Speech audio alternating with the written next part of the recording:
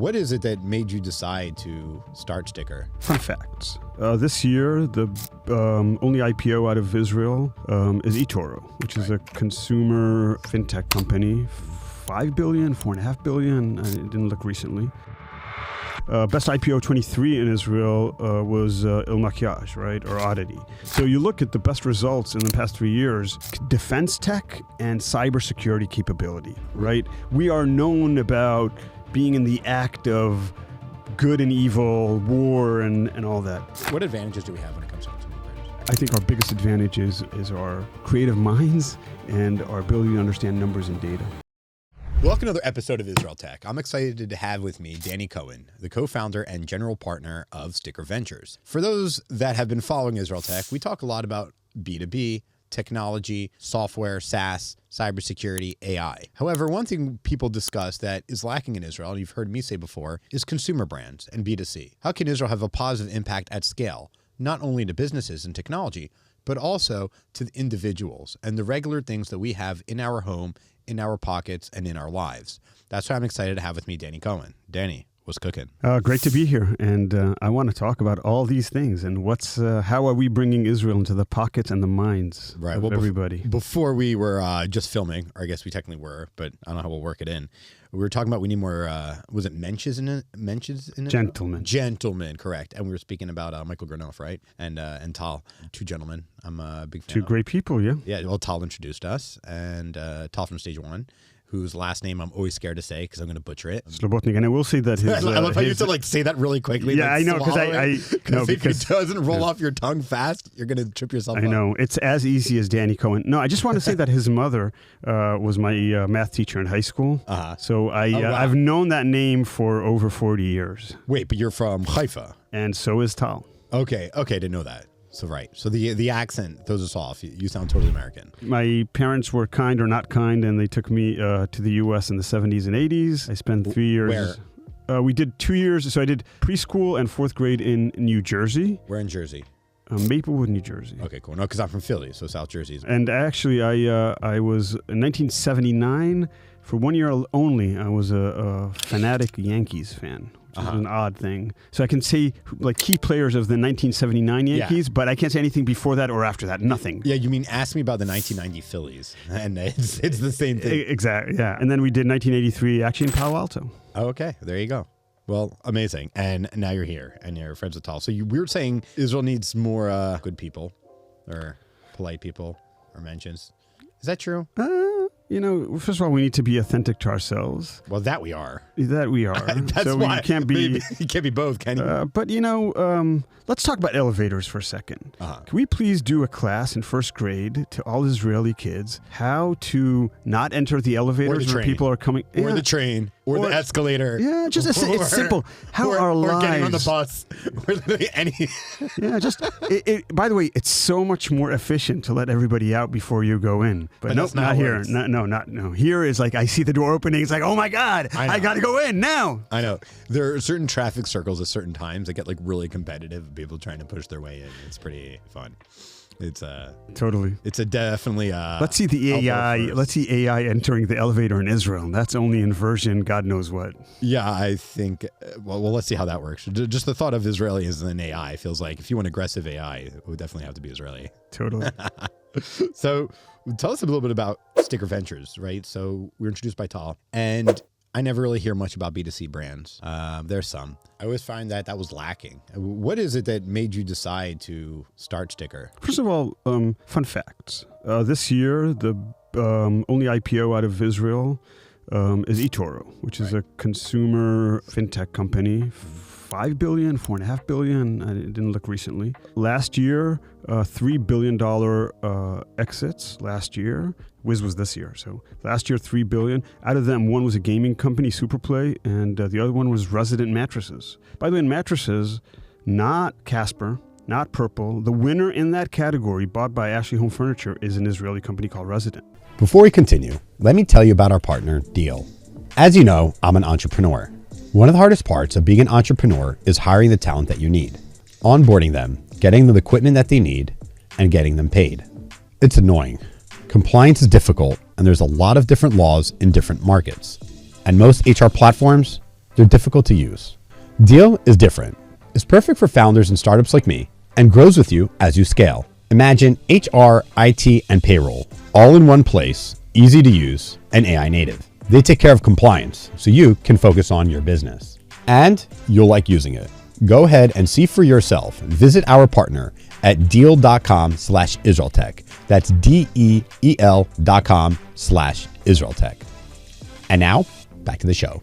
Okay, see, I didn't even know that. By the way, the margins on mattresses are insane because as a marketer, I remember when I would hear those ads years ago of like Purple or Casper, and I'm like, man, the affiliate marketing on this, the margins must be huge. And this is a long, long time ago. Ron, when he started, everybody in Silicon Valley said, mattresses? It's a game over. Casper won. He's like, they have 0.1% market share. Right. And he built it because, and just one more data point, best IPO 23 in Israel was Il Makiage, right, or Oddity. So you look at the best results in the past 3 years in Israel are consumer companies. And the reason is that what drives a consumer brand now is not storytelling. It's not Mad Men, the TV show. It is about data, understanding data, performance marketing, and hacking. And Israelis are awesome at it.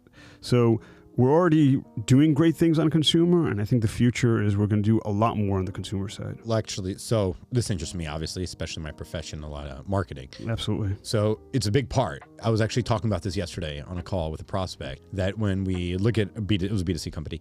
It's a consumer brand that also does B2B. And so they play both. And we were talking about, when it's B2B, we look at every single lead. Where are they coming from? How are they in the cycle? What can we do? Because those deals are worth a lot of money. But then they also have a B2C side of their business. And then more, you're looking at numbers. They're not individuals or organizations, you're statistics.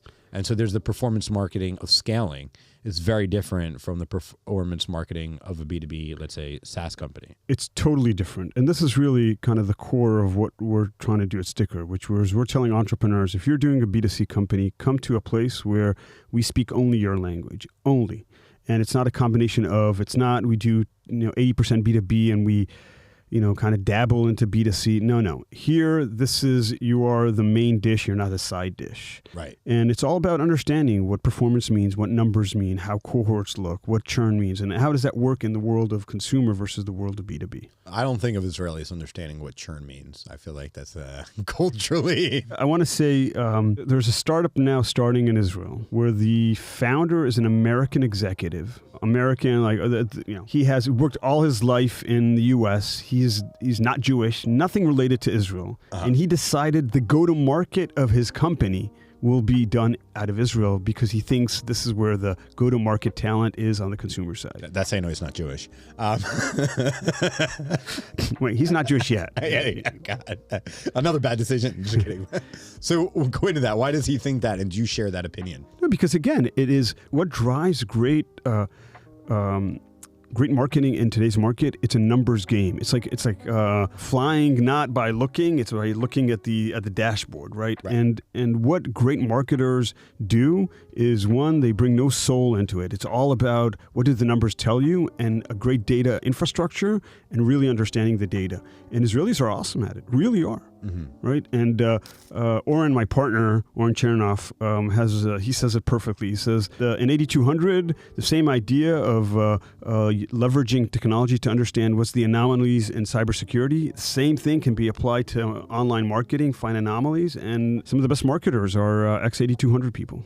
Oh, that's fascinating. So that I didn't consider. That probably makes sense of my talent stack. So we don't see much B2C out of Israel, consumer brands. Like you said, it's been mostly side dishes. It's side dishes for the funds. Correct. One great example that I love, Yoel Shani, right? It's out of our world, right? He started this restaurant in New York, Salon, right? The spinoff of a thing. It's a huge hit. What's his name? The guy from Machne Yehuda now has a Michelin. Ramin Levy? What? Ramin Levy?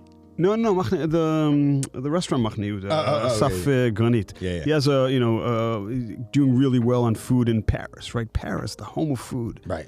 I think Israelis have done really well on fashion, on culture, on food. We have it. We have the creativity. We have the financial creativity. So I think we got a lot to show for. And I'll tell you one thing. We launched the fund a month ago, I think. we have been hammered, bombarded. It's an overflow of a number of opportunities of new consumer companies in Israel. I can't tell you how much. It's literally in over 100 or 150 companies just in the past 30 days. And where were they going before you guys existed? So I think they're going to angels for sure. Right. They're going to funds, and some funds do it, right? Mm-hmm. But I think that there's an opportunity for some companies that either were not funded or that we can replace maybe some of the angel money or some other funds in what we think is, I don't want to say, I don't want to use smart, but probably money that is, again, spends all our time and energy on what makes a successful B2C company win. Uh-huh.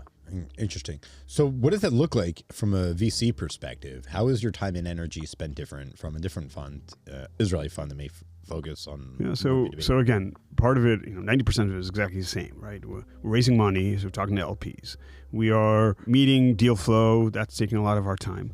We're putting a lot of energy on building we're a new firm, building our partnership, building our culture, building our brand. And we're also trying to put a lot of energy, and again, this sounds probably everybody's doing this, but we are trying to leverage AI or leverage different tools to have a very good numbers analysis, but because we are operating in a world of numbers game. It's not about interviewing that expert. It's about analyzing numbers and understanding what's real and what's not. And we're putting a lot of effort in trying to have these tools to be able to crunch numbers efficiently in some of these companies. So would you just say just when it comes to the tools of crunching numbers, is that how a consumer VC would be different from a B2B VC? Well, I mean, I understand 90% is the same. I get that. I'll give churn as an example, okay?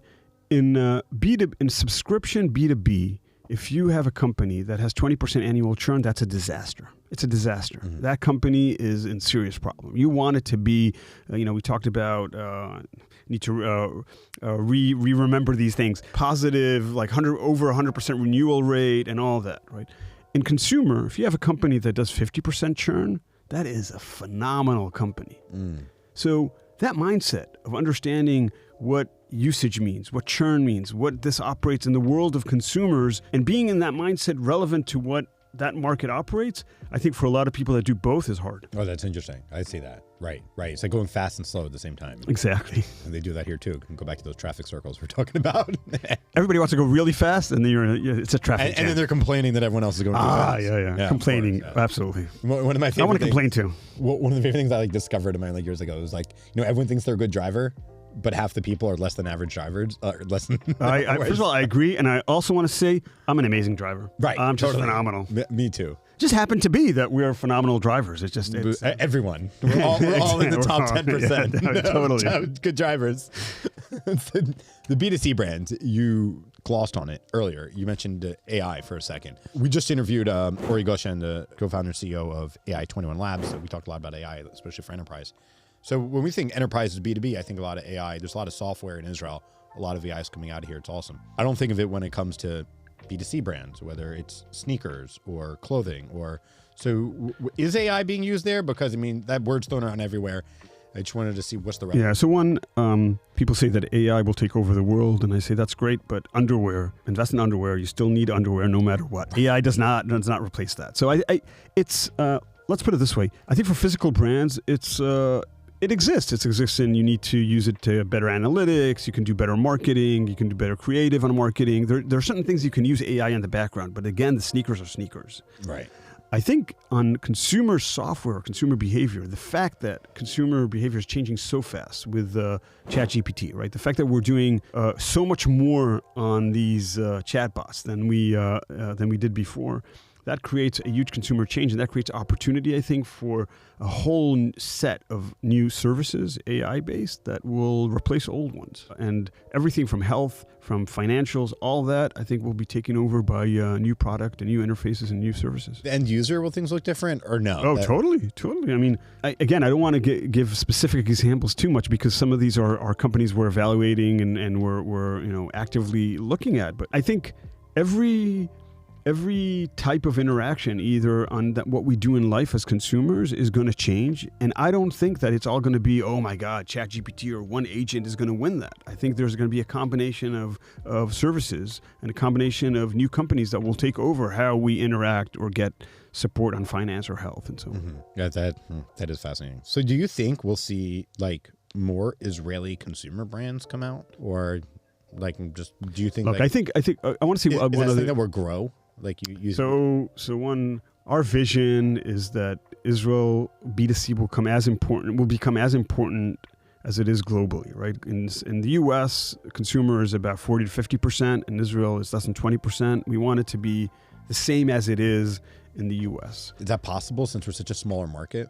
Does the market size make a difference at all? No. First of all, Israel is not an interesting market, but I'll tell you, I think what happened globally. No, what happened globally is the world has become really global. I want to say it's become Americanized, but that's not even true, because you have a hit show that is the Squid Games, right? Which is a Korean. You have so much consumer culture is coming out from Korea or Japan, K-pop or anime or these things. The world is really trying to understand. I was in Tokyo a year ago, and I saw signs for Oktoberfest. So this is a German phenomena coming into Japan. Yeah, well, see, let's put it this way: everyone likes to party. By the way, that's really what it comes down to. You'll see at the end, what do consumers want? Right? Something we can't say on this podcast. An excuse to drink and sex, drugs, and rock and roll. Yeah, totally. What I say publicly is I only read The Economist. What happens in real life is something different. But, right. But what do they say? And Playboy has really great articles. I love the long form. I only read The Economist, please. But so one, I think it's a global market, meaning the consumer is way closer to what it is. When I was a kid in the 70s, my mom brought Tupperware to Israel. It was like, I know, it was a big deal. I remember my dad, they would ship like towels. Bring towels. By the way, I still, the fact that it's hard, you can't find Bounty paper towels in Israel. You got to Osher Ad. They got Costco's I know, they got I heard that. But then I need to go to Osher Ad, which is... it's a schlep for you? I don't know. Before every Rosh Hashanah and Pesach, we drop like 4,000 shekels in Osher Ad. Yeah, okay. Stock up our freezer. You're definitely missing out. Yeah, exactly. I don't know. I think VCs, I'm not sure that fits with the... I was saying one of two things will be proof that Messiah is here. They either have a Costco in Israel or an Amazon full warehouse. Yeah. That would be proof. No comment on that. But I will say, so I think, look, I was a first investor, and I was on the board of Lightrix. Lightrix did a phenomenal job. Amazing. They built a business called Facetune, which is hundreds of millions of dollars. Where were you when you were on the board? In Viola. And this guy, they did 4 PhD guys in Jerusalem. They did not understand American culture. They were not, and they did it better than anybody else, really. And there's a case study in Harvard Business School. And why? Because what did they understand? They understood the dynamics and economics of the App Store early on. They understood how to leverage technology to create very simple, easy-to-use products. And they had a little bit of luck. Don't get it wrong. Everyone has luck. Oh my God, we need that tremendously, right? All of us. All I'm saying is that I think we're in a world where consumer brands can come out of everywhere. But I'll give another example. The biggest music service, Spotify, is not an American company. Right. And it's still used by all Americans. Right. So we have the best shot in creating the best consumer company out of Israel as anybody else around the globe, and we're going for it. I love that. What do you think is the greatest option? And I want to say one other thing. Yeah, yes. Say as much as you want. We are in Israel. And again, you can argue, and I'm not going to get political at all, but we are known for our defense tech and cybersecurity capability, right? We are known about being in the act of good and evil, war, and all that. Wouldn't it be amazing if we would be known for makeup, music, art? And that's what I want to do. I want to bring Israel to look at Israel not from the cyber defense side, but from the force of this is the art, this is the love, this is the magic, this is the things we're doing. Awesome. I believe we're at Samsung is over 20% of the Korean economy. Samsung. Yeah, oh, totally. Something like that. And just like, I mean, if that company goes down, God forbid, I mean, just the economic risk to Korea is huge. On the other hand, it's that one company is like in a generation of staying on top has pulled that country like up. 20 years ago, the biggest type of conversation in Israel tech was, why we never have a Nokia? We never have a Nokia. Right. Oh my God. Look at those fins. They're the size of our economy or of our country, and they have Nokia. Turns out it's a disaster to have Nokia, right? And since then, we had so many Nokias. We got my 9-year-old a Nokia phone, finally.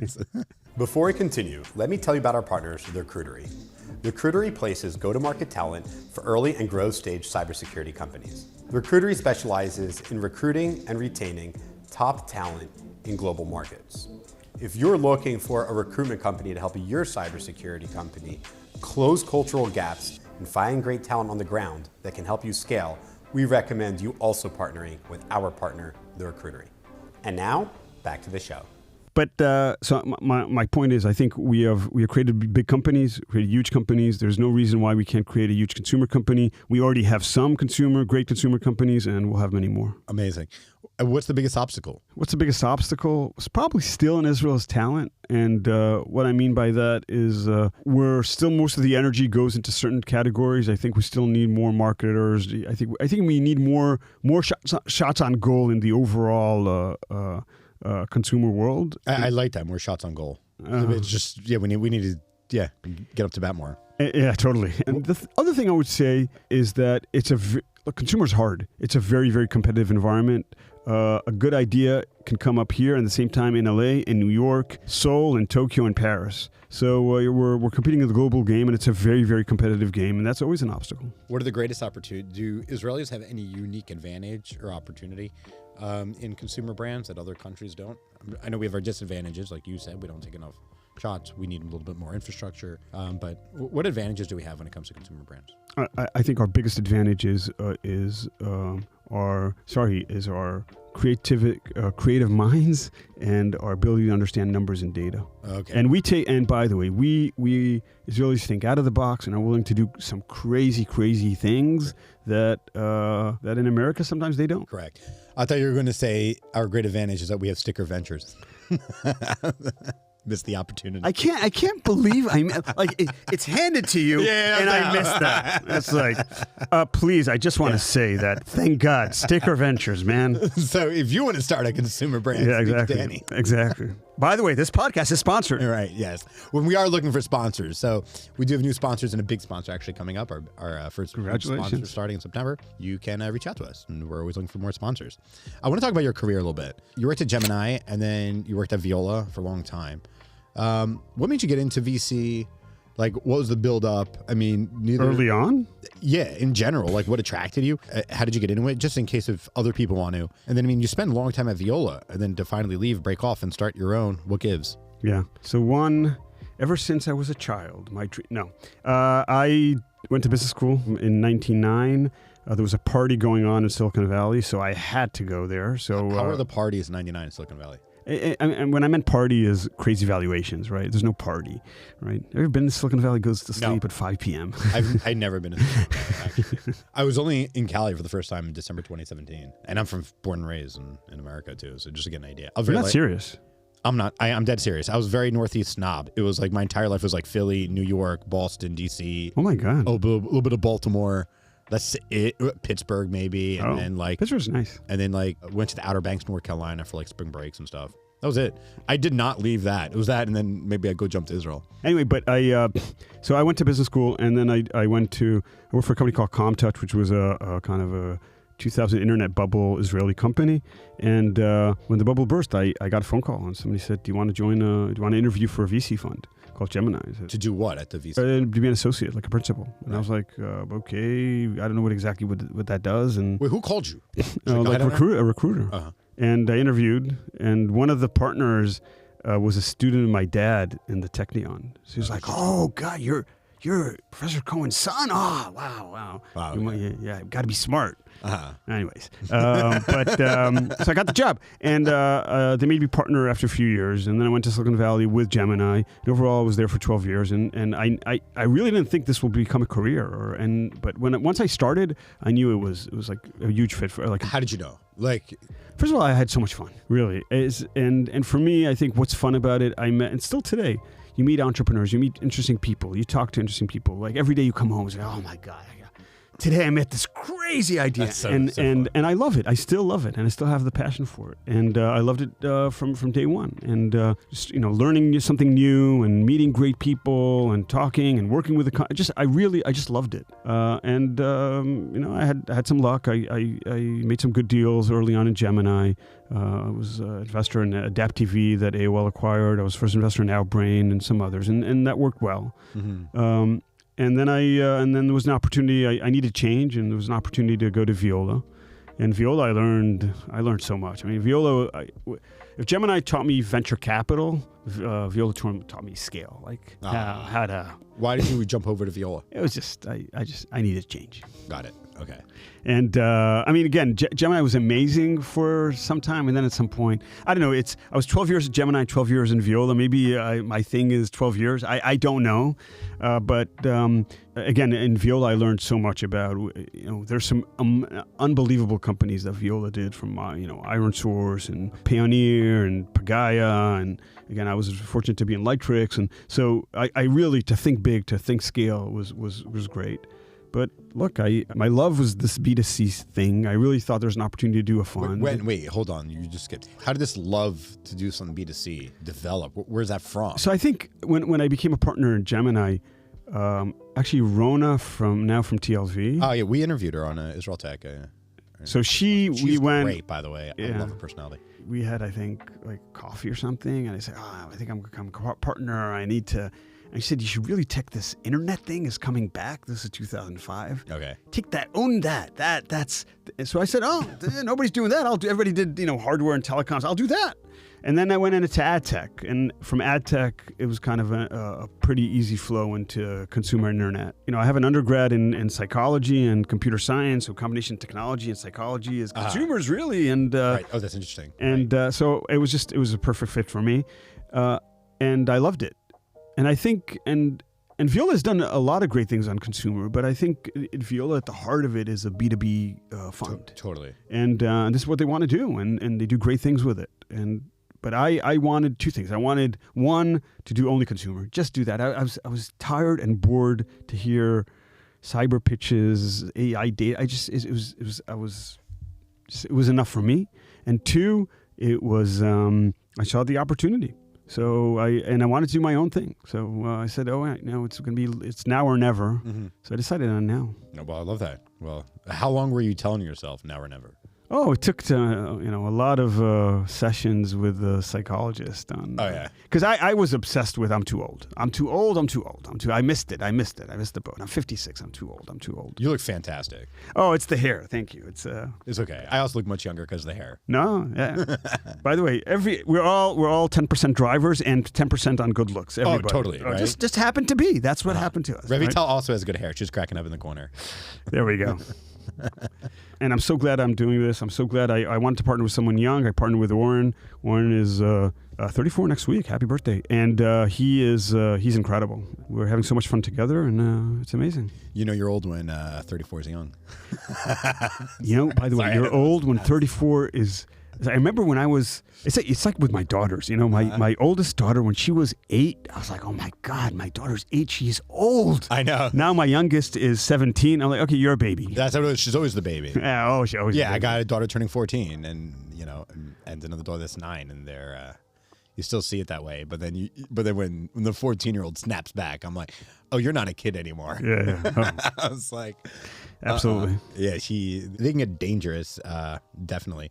So you decide, how long did you want to break off and start with Sticker until you did? I think it all happened kind of during 24, pretty much. Okay, it's not that long. No. I mean, I was kind of flirting with that idea for in my mind for a long time, but it was really 24 that everything took place. And again, I think it was great for me. I think it's great for Viola. I think Viola is off to a great future. They got a young partner that are very kind of doing great things with that brand. So since you left, it's doing better, is what you're saying. Oh my God! By the way, totally. How's Gemini seriously, doing last? that's why I started my own thing. So now I'm ruining it only for myself. I heard since you left Haifa for Tel Aviv, Haifa's doing good. Yeah, I wish. Maybe you got to go back and leave again in order to make that happen. What was like the shot? Like, okay, I'm doing this. Like for 56, go now starting VC? It was just there was a point when there was a conversation with Shlomo from Viola, where I went and because I already made that decision, but then there was a meeting with him, and he was like, basically he was saying, dude, you haven't done anything. Like, what are you doing? Like, you made that, but nothing. Like, what's going on? Nothing has happened. I went out of that meeting. I was wait, what does he mean? Like, I decided I'm going to go for it, and then for 3 months I was like thinking, am I doing it or not? 3 months. He's like, what the hell have you done? It's like, you've done nothing. You're all talk. You're all talk. Right. And I went out and I was like, he's right. I'm all talk. It's like, I've done nothing. And that was like, everything took off from that point. Boom. Oh, man. Did you tell him that? He knows. He knows? He's, he knows. I love that. Sometimes that's all it takes. I mean, it takes like a drip of like thinking and contemplating. I mean, it's a combination of things. Yeah. Take someone to basically and partnering. Yeah. And partnering with Oren is, for me, there are people a lot of people are solo VCs. For me, the partnership is important. I think the fact. Because we had a D Lebanon on from Sure. From Stella, right? She's a solo, and it was very very interesting conversation. She's awesome. So why do you think a partner is so important? Again, I'm good friends with Oren Zev, and I've known him from Hi-Fi actually. So I've known him for many years, and he's a solo GP, and I think it's a perfect fit for him. For me, I need those conversations. I need for Oren to look at me and say, what the hell are you doing, or what's happening, or you're not doing this, or the fact that I need that dialogue. I get energy from it, and totally. I knew it, and I needed it, and it's been it's having him around makes me better. Would you consider yourself an extrovert? Definitely not an introvert. Yeah, for sure. Extrovert. Yeah, extrovert. Okay, I'm not an introvert. No, not at all. And so is Oren. So is your partner. Oh, Oren for sure. Yeah. Because I feel like that's a major difference that I've learned. Like, I need to bounce things off people, because whenever I practice filming alone, just to say me talking to the camera, it's a disaster. You guys can find it. Enjoy. And then I got surprised. But in conversation, I'm fabulous and hilarious. But alone, totally. It's just it's a little bit harder. But again, we have a small team. So it's Oren. We also have Ophir. She's an analyst with us. She's even way younger than Oren, so we're definitely and she's been with us a couple months, and already there's energy from what she's doing. So again, for me, I love that. On the other hand, I just want to say we're trying to build this dynamic where the partnership helps and not creates like value. And of course, that's obvious, but I think there are situations sometimes when partners hold back each other, people, and we're trying not to do that. We're really trying to let everyone go with their passion. If someone loves something, go with it. Totally. And, that's the way to do it. That's what keeps you going for the long term. Again, I'll quote Oren on this, Oren Zev from Zev Ventures. He said that partners can save you from mistakes, but mistakes are 1x at max of a loss. But they can also hold you from creating unbelievable returns. And those are infinite, right? Limitless. Mm-hmm. And I think that is something that I think a lot about. And we're trying, again, to see the big value that we both of us see in opportunities and let each other go. That's interesting. So when you decided to okay, I'm going to start a consumer VC, now what?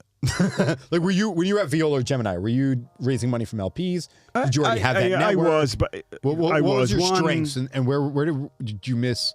Were you lacking either a network or resources, or where were your challenges? So many of them. One, I did raise money, but this is different. This is really different. This is raising money on me, on my name, on my history. It's different. It's a different story. It's so different. And I'll say another thing. I was never. This is at the end. This is a startup. This is a new organization. I've never been an entrepreneur before, right? I helped entrepreneurs. I was there.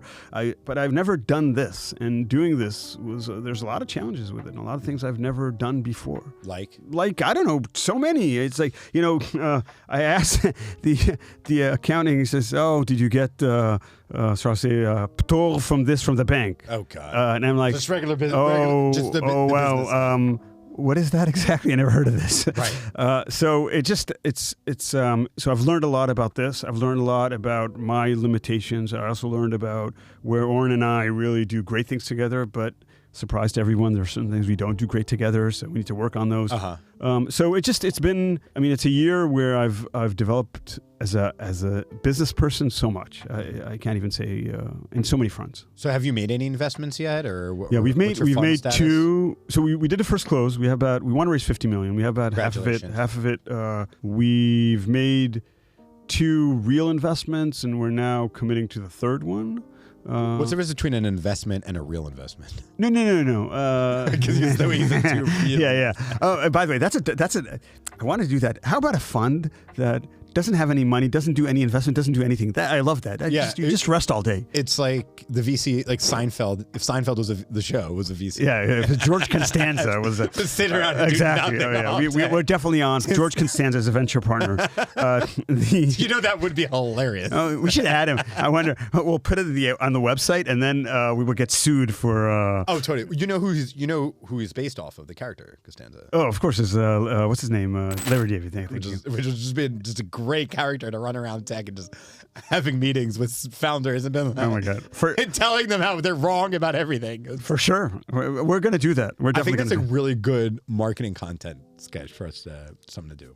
I don't think to think about. Yeah. But the. So what I meant was we have made 2 investments, and we also are committed to a third one, and we're off to the races. We're seeing companies on a daily basis. I'm sure you can't share their names, but anything you can tell us about kind of what space they're in? So again, if I would categorize like fashion or like it was a technology or just trying to get no. So one is kind of more gaming related. One is more a little bit ad techy. It's consumer play.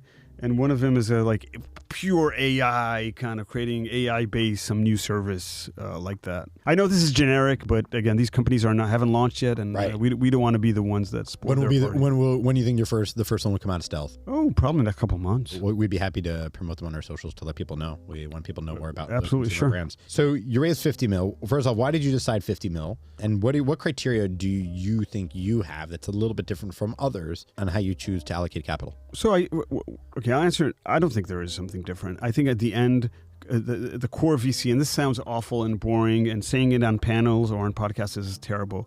We're looking for great entrepreneurs in big markets. That's all it is. And I think the only thing we're trying to understand is maybe see markets that others don't. Right. Right. Okay. So that, and then maybe sometimes bet on people that others don't. So what do you think is maybe a wild card that you see when it comes to entrepreneurs and founders that maybe others may be overlooking or missing? First of all, I think one of the things I really aspire to, and it's not that I always do that, but I admire to have my own opinion, not to take the opinion from other VCs. Oh, Greylock is in that deal. I got to do it. So really kind of make your own opinion. And there's some people in the industry that I admire for their ability to just not care about all the other VCs and do whatever they think is right. And I aspire to do that very much. That's very special personality I agree. I agree. Those people that don't give a crap about anyone else. I told my daughter yesterday, it's like everybody's standing on the front of the pool.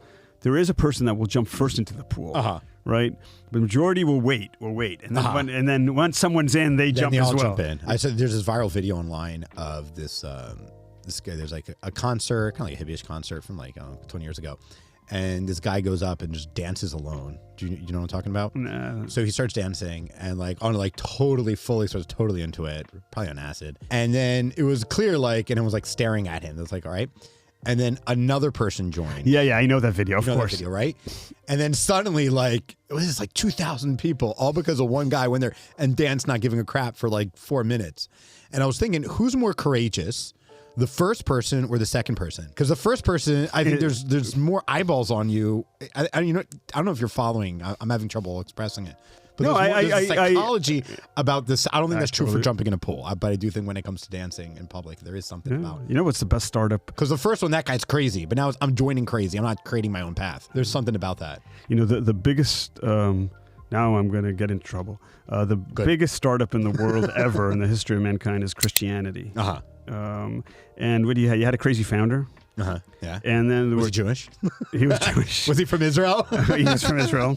Only on Israel Tech. Exactly. And we think we're going to invest. No. And what? Paul and Peter, right? They took it and they made a business out of it, right? Totally. And so it's a little bit like, I think the second guy is the one that makes it happen. Right. Well, there you go. Yeah. And they made a business out of it. Now they're sitting on our menorah.